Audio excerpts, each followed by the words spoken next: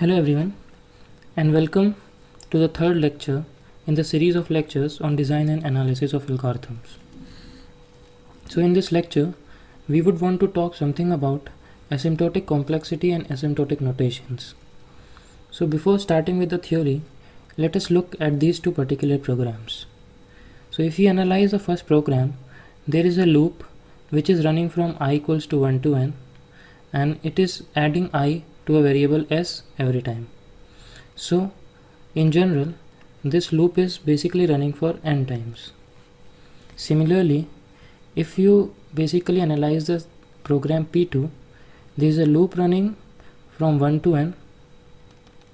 There is also an inside loop which is running from 1 to I every time for some value of I. That is, for I equals to 1, it is running 1 time. For I equals to 2, it is running from 1 to 2, that is 2 times. For I equals to 3, it is running from 1 to 3, that is 3 times. Or in general, it is running n plus 1 by 2 times. So if you carefully compare these two functions or programs, you can come up to a conclusion that P1 is in general faster, right? For example, for a value of n equals to 10, this loop will be running a total of 10 times, whereas this loop will be running for a total of 55 times. So basically, in asymptotic complexities, we wish to study the behavior of the algorithm when the problem size is very large. That is, it tends to infinite. In practical purposes, infinite does not have any meaning.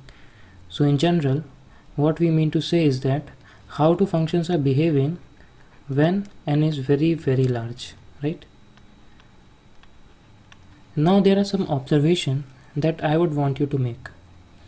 Let us say instead of 10, instead of 1 times n, we had 10 times n. Do you think this will make any difference to the comparison of these two functions? Let's say not even 10. Even if it was 10 power 9 of n, and on the other hand it was n square plus n by whole 2, will this make any difference? Well, the simple answer is no, because eventually for some value of n, the factor n square plus n by 2 is going to get bigger than n. For n, that is quite large, right? So the first observation is that while comparing algorithms in the asymptotic notations or asymptotic way, constants don't play a role. Constants does not matters.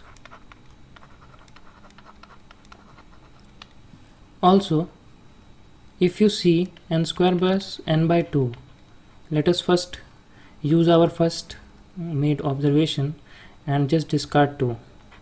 So we have n square plus n. So if you analyze this term for very large n, the factor that will be contributed by n square will be much significant than factor contributed by n.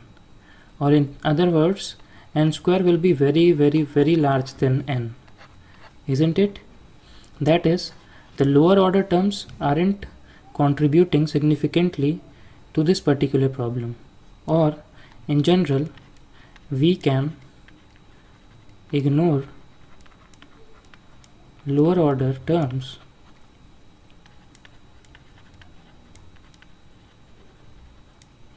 while comparing functions in asymptotic way or sense, right? That is, even if this function was n and this function was n square, our observation will remain same. So with this much of important points, very important points rather, let us look something known as asymptotic complexities. Okay, so the first asymptotic notation that we would like to study is the big O notation. So what is the meaning of a big O notation? So let us say we have a function f of n, and there is another function g of n, and at some point for n equals to n naught, this g of n binds this function f of n in a upper bound manner. That is, fn is always less than equals to some constant time gn given the following conditions. That is, n greater than equals to n naught, c greater than 0, and n naught greater than equals to 1. The use of this particular notation is that it helps us to study the worst case. In the previous example, where p1 was n and p2 was n square, we can write that p1 is big O of n square for c equals to 1, for n naught greater than equals to 1.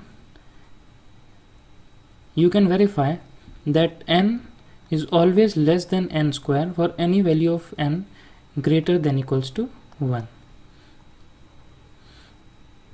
So what is the advantage of big O of notation? Basically, if you know big O notation of some function, you can come up with a worst case analysis of that problem, or how this particular problem or function is going to behave in its worst possible input. There is also an informal definition that I would want you to keep in your mind. When we say fn is big O of g of n, you can in your mind visualize it like fn is less than g of n. This will help you to solve certain problems in algorithmic sense, though you must remember this original definition, which is actually a correct definition and the actual meaning of big O of n. The second notation that we would like to see is the big omega notation. So the big omega notations, where on the one hand the big O notation was for worst case, the big O notation helps us to understand how a particular program or a function is going to behave in its best case. That is, if a function is behaving in a manner of f of n, then is there a g of n that binds this function from below, or fn is big omega of g of n. That is, in a formal sense, there is a function g of n multiplied by some constant that binds this fm from below given this particular constraints. It is used to study the best case complexity of a function, and an informal description can be thought of in this way. The third notation that we will be looking at is the theta notation. Now you can guess if this is worst, this is best, what this will be, right? This is going to study the average case of a problem or a function at hand. That is, if we have a function f of n, is there a function g of n that sandwiches this function f of n in between? Or more formally, there exists g of n such that some c1 times g of n is less than equals to f of n is less than equals to c2 times g of n for these particular constraints. It is used to study the average case, and one informal description that you can keep in mind is this. There are two more and less used notations, the first one being the small o and the second one being the small omega. Well, if you know the big O notation, the small o notation is quite easy to understand. Everything remains same, only the binds that we had is now more tight. That is, the fn is now strictly less than c times g of n. You must remember that in big O there was less than equals to, whereas in small o there is just less than. So the small o notation gives you a tight upper bound and it is stricter than big O of f of n. Similarly, with small omega, you have a subtle difference that c times g of n, where earlier it was less than equals to, here it is just less than. All other constraints remaining same. This gives you a tight lower bound on your particular problem or function, and it is stricter than your big omega notation. Okay, so let us see some properties that are associated with these asymptotic notations. In lot of competitive exams, you are going to find questions on these properties, and knowing these properties well will help you solve them. Okay, the first property being reflexivity. So what do you mean by reflexivity is, if for all element S belonging to a set S is related to itself, then that particular relation is said to be reflexive. In a more easy way, you can say that if everything is related to itself, then that particular relation is reflexive. A simple example of a relation can be love. So is love reflexive? Well, in general, every person X loves himself. So yeah, definitely love is reflexive. So in terms of asymptotic notations, let us see which all properties are reflexive. So first let's see the big O notation, right? Let us say Fn is big O of g of n. And in informal way, we mean that Fn is less than equals to g of n. So let's see if it is reflexive. So when we say something is reflexive, we mean that Fn is big O of f of n. So is this statement true? So let's try to expand it. We can write it Fn equals to is less than equals to c times f of n. Putting c equals to 1, you are gonna get Fn is less than or equals to Fn. As you can see, these two functions are equal, so this is satisfied. So yes, indeed, big O is reflexive. Similarly, you can verify that your big omega is also reflexive. That is, Fn is big omega times itself, that is Fn. Or more generally, Fn is greater than equals to Fn, which is a true statement. And the last one, theta, well, this is the simplest to see, that Fn is theta of f of m, or equivalently Fn equals to Fn. One thing I would like to mention here, while using this notation, please keep in mind that these particular notations are in standard. That is, writing this function like this without writing the constraints isn't the right way. But for intuition purpose, this will do right. But if you are writing it in your theory exam, please try to use the formal long definition that we have used. Let's see other ones you can verify, like the smaller notation. Let me show you for smaller notation that smaller notation isn't reflexive. So remember how we define the smaller notation? We said this is a strict upper bound, that is Fn is less than g of n. So is it reflexive? That is Fn small o of f of n? Well, this can equivalently be written as Fn is less than Fn. Well, you can see this statement is not true. That is, the small o does not satisfy reflexivity. Similarly, you can verify for small omega as well. Let us. Okay, so now let us talk about symmetry. So what do you mean by symmetry, right? So basically, when we say a relation R is symmetric, we mean that if A is related to B, that this implies B is related to A as well. Let us take some relation to be brothers, and our set is all males only. So if we say if A is related to B, that is if A is a brother of B, this eventually will imply that B is also a brother of A, right? So means that this relation of brothers on all males is a symmetric relation. So the only asymptotic notation that satisfies this symmetry property is the theta notation. So let us verify that. Let us say Fn is theta of g of n. Let us keep an intuitive definition in mind, that is Fn is equals to g of n. So symmetry says if this is true, the reverse should also be true, that is Gn should be theta of f of n. So we can write it like Gn is equals to f of n. So you can see that if Fn is equals to Gn, then certainly Gn is equals to Fn, or our theta is symmetric. No other asymptotic notation satisfies this. Let me show you for one. Let's say big O. Let's say Fn is big O of G of n. Informally, Fn is less than equals to G of n. So symmetric property says that then Gn should also be big O of f of n, which implies that it should be true that Gn is less than equals to f of n. Well, you can see that this is not always true. This can be true for some cases, but not always.